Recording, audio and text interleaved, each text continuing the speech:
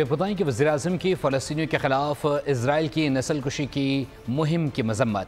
وزیراعظم شہباز شریف اور secretary general اقوام متحدہ انتونیو گوتریس کی ملاقات ہوئی ہے۔ وزیراعظم نے سیکرٹری جنرل کی جانب سے سربراہی کانفرنس کے انعقاد کا خیر مقدم کیا ہے۔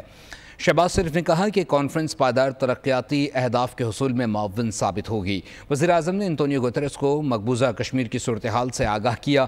مقبوضہ وادی میں بھارت کی جارحانہ کارروائیوں پر پاکستان کی شدید تشویش کا اظہار کیا۔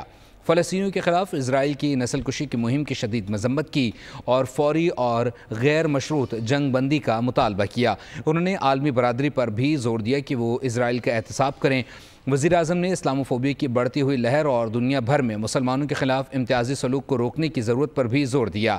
انہوں نے سال 2025 اور 26 کے لیے اقوام متحدہ کی سلامتی کونسل کے غیر مستقل رکن کے طور پر بین الاقوامی امن اور سلامتی کے لیے فعال کردار ادا کرنے کے لیے پاکستان کے عزم کا اعادہ کیا۔ سیکرٹری جنرل نے اقوام متحدہ میں امن مشن کے طور پر پاکستان کی خدمات کو سراہا۔